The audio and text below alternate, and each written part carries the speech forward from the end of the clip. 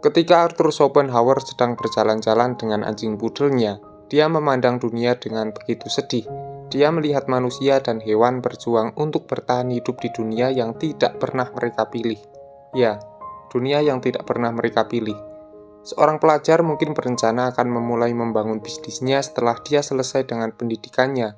Tapi, apakah dunia sebaik itu membantu dia untuk mewujudkan mimpinya? Di sebuah pohon, Arthur Schopenhauer melihat seekor burung sedang berpesta dengan memakan seekor ulat. Ketika dia membayangkan, seandainya dia menjadi ulat yang sedang dimakan oleh burung. Dari membayangkan menjadi seekor ulat yang dimakan burung, Arthur Schopenhauer menegaskan bahwa kesenangan si burung saat memakan si ulat tidak sebanding dengan penderitaan yang diterima oleh si ulat. Dengan kata lain, penderitaan hidup jauh lebih banyak daripada kesenangan hidup.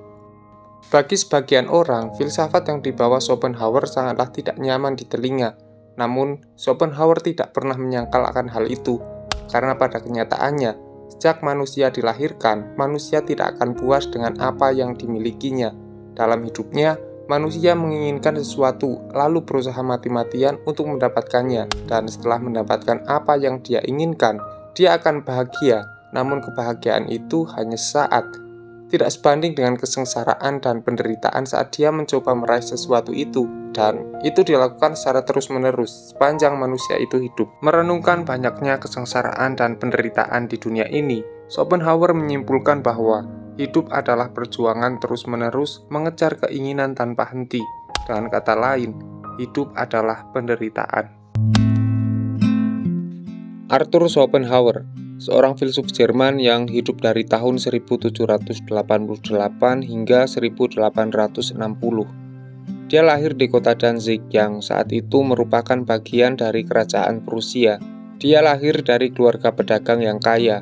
Saat usianya menginjak 17 tahun, ayahnya meninggal dan hubungan dengan ibunya menjadi rumit karena perbedaan pandangan hidup dengan ibunya. Ibunya memaksa Schopenhauer untuk melanjutkan bisnis keluarganya. Namun bagi Schopenhauer, bisnis keluarganya tidak begitu menarik, sehingga dia terus mengembara untuk mencari gagasan dari filsafatnya. Dalam sejarah intelektualnya, pemikiran Arthur Schopenhauer dipengaruhi oleh gagasan Aristoteles, Spinoza, Plato, dan Immanuel Kant.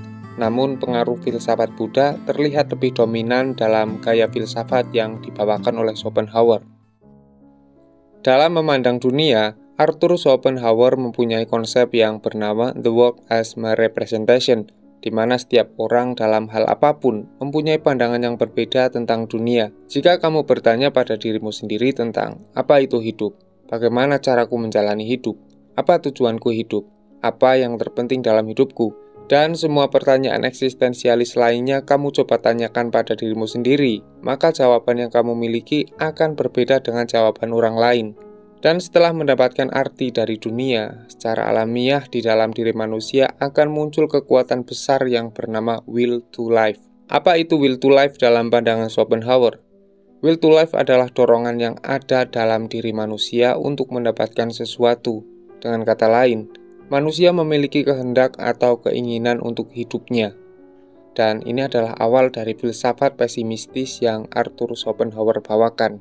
Schopenhauer menjelaskan bahwa sepanjang manusia masih hidup, dia tidak akan pernah berhenti untuk menginginkan sesuatu. Dengan akalnya, manusia akan berpikir, bagaimana aku bisa memiliki sesuatu yang aku inginkan. Tapi, apakah setelah mendapatkan hal yang diinginkan, manusia akan puas dan berhenti untuk menginginkan sesuatu yang lain? Tidak. Manusia tetap merasa kurang dan dia akan menginginkan sesuatu lainnya, dan begitu seterusnya sampai dia mati. Merasa kurang bagi manusia adalah sifat alami yang sudah tidak bisa dihindari, dan bagi Schopenhauer, selalu merasa kurang adalah sebuah penyakit yang membuat hidupnya menderita. Sementara obat dari rasa kurang adalah dipenuhinya rasa kurang tersebut. Namun, ketika rasa kurang itu dipenuhi, rasa kurang akan muncul kembali dan membuat manusia kembali merasakan penderitaan selama hidupnya. Seorang yang berada di bangku pendidikan di tahun terakhirnya, dia hanya menginginkan lulus dari pendidikannya. Namun setelah dia lulus, dia akan menginginkan pekerjaan. Setelah mendapatkan pekerjaan, dia akan menginginkan gaji yang banyak, rekan kerja yang cocok, dan setelah itu, dia akan menginginkan ini, dan itu. Dia selalu merasa kurang sepanjang menjalani kehidupannya, dan dari sinilah Arthur Schopenhauer menyimpulkan bahwa hidup adalah penderitaan. Jika hidup adalah penderitaan, lalu di mana letak kebahagiaan itu? Bagi Schopenhauer, kebahagiaan adalah terpenuhinya keinginan sehingga rasa kurang dalam diri manusia hilang. Tapi itu hanya sementara, karena manusia akan segera merasa bosan, dan pada akhirnya dia akan menginginkan sesuatu yang lain dan kembali merasa kurang. Menurut Schopenhauer, jika manusia masih terikat dengan will to live, maka dia tidak akan pernah terlepas dari penderitaan hidup. Dengan kata lain, semakin banyak keinginan, maka semakin dalam pula penderitaan yang dialaminya. Dari sinilah Schopenhauer memberikan solusi agar manusia terbebas dari penderitaan hidup, yaitu dengan cara menyingkirkan atau membatasi keinginan dalam hidupnya. Hal ini bisa dilakukan karena bagi Schopenhauer, dunia pada dasarnya hanyalah ilusi, namun manusia sendiri yang memberi makna pada sesuatu yang ada di dunia ini.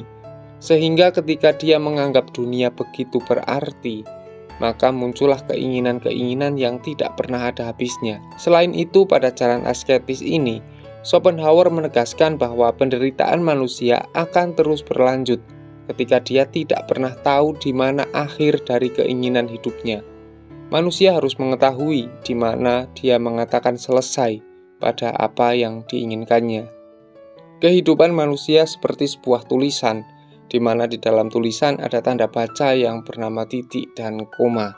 Jika sang penulis menulis koma, maka dia harus melanjutkan tulisan tersebut, dan apabila dia menuliskan titik, maka dia bisa mengakhiri tulisan tersebut dan bisa menutup bukunya untuk pergi menikmati secangkir kopi susu yang hangat.